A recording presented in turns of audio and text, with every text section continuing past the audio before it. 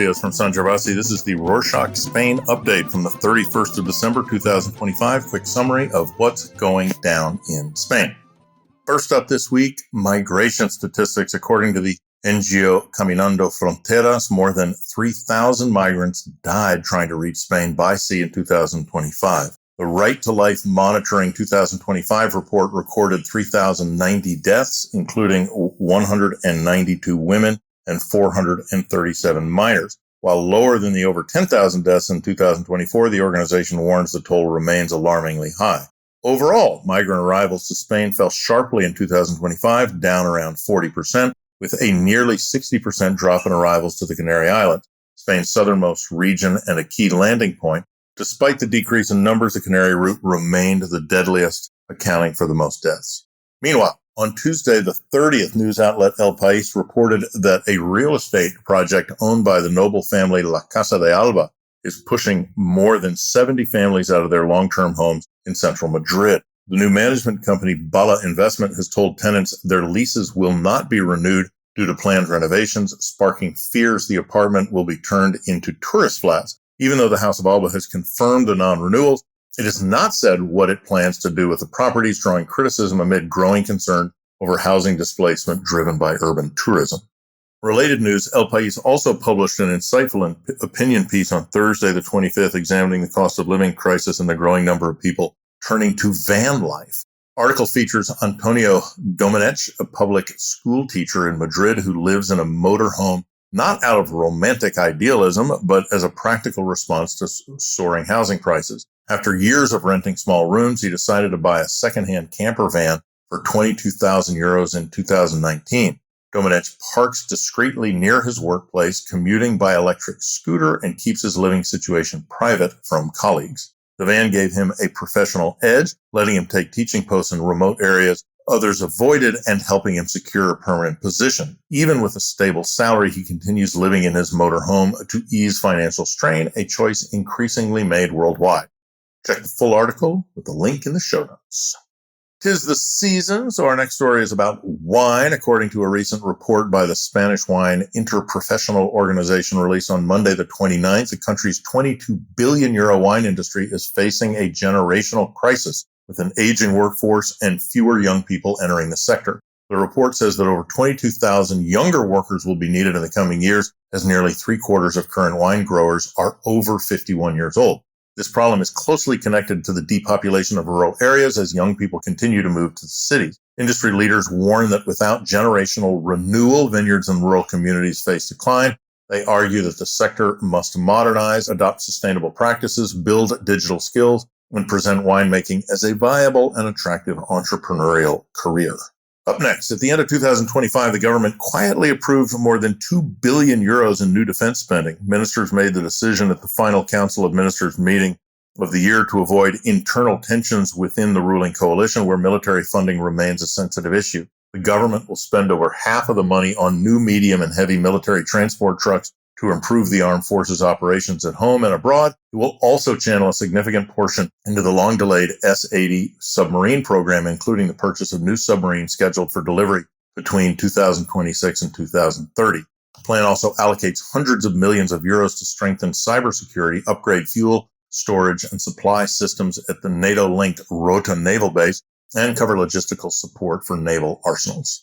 In energy news, on Monday the 29th, energy and petrochemical company Repsol reached an important milestone. Whether it's a PR milestone or a clean energy milestone is up for debate. The company now has more than 1,500 petrol stations in Spain and Portugal that sell Nexa diesel, a fuel they say is made from renewable sources. This renewable diesel works in normal diesel vehicles and can reduce carbon emissions by up to 90% compared with traditional diesel.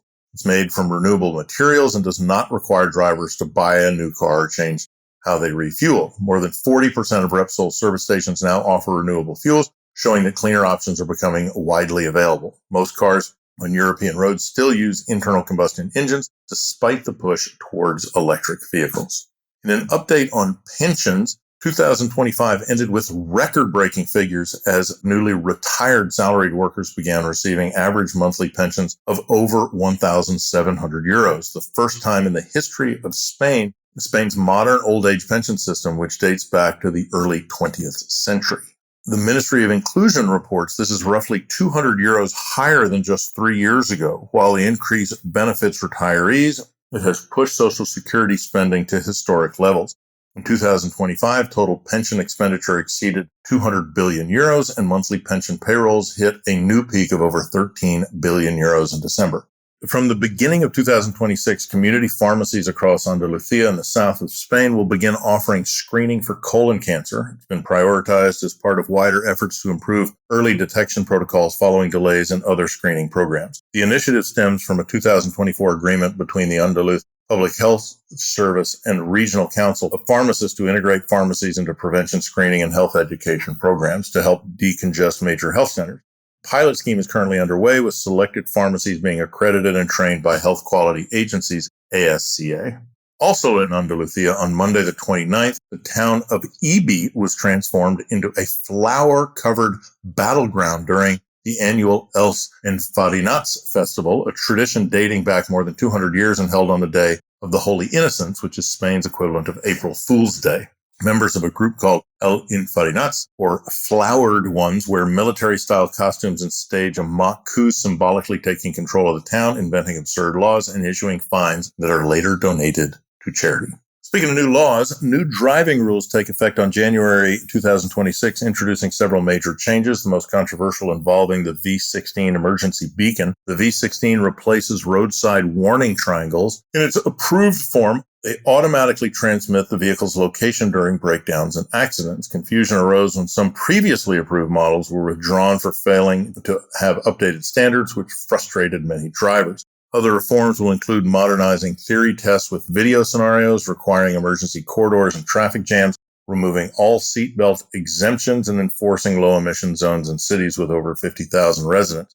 The measures aim to improve road safety, emergency response, and air quality. Turning to media, the new Spanish film Rodallas will premiere on the 1st of January, celebrating Galician culture and community spirit. It was directed by Daniel Sanchez Arevalo and produced by Ramon Campos. The movie draws inspiration from rondallas, large amateur folk bands, and a viral video of a Galician group performing AC/DC's Thunderstruck has been sent all over the place. And finally, recap of 2025, a year full of memorable events in Spain. The most defining was the nationwide blackout on the 28th of April, which left around 50 million people without electricity. Despite the disruption, the Spaniards turned it into a moment of community, filling parks for picnics and fun. Investigations continue into the cause. Extreme weather also made headlines, from the hottest summer in over a century to devastating forest fires in Galicia, alongside ongoing recovery from the deadly 2024 Valencian floods, which prompted the resignation of regional president Carlos Mazón. Politically, President Pedro Sánchez stayed in power despite corruption cases involving senior party figures close to him. Internationally, Spain clashed with the U.S. over defense spending, boycotted Israeli trade, and strengthened ties with the UK via a Gibraltar border agreement. And that's it for this week. Thanks for joining us. Before we head out, just want to wish you an awesome 2026. Thank you so much for listening, sharing the show, and being a part of the Rorschach community. Hasta la próxima.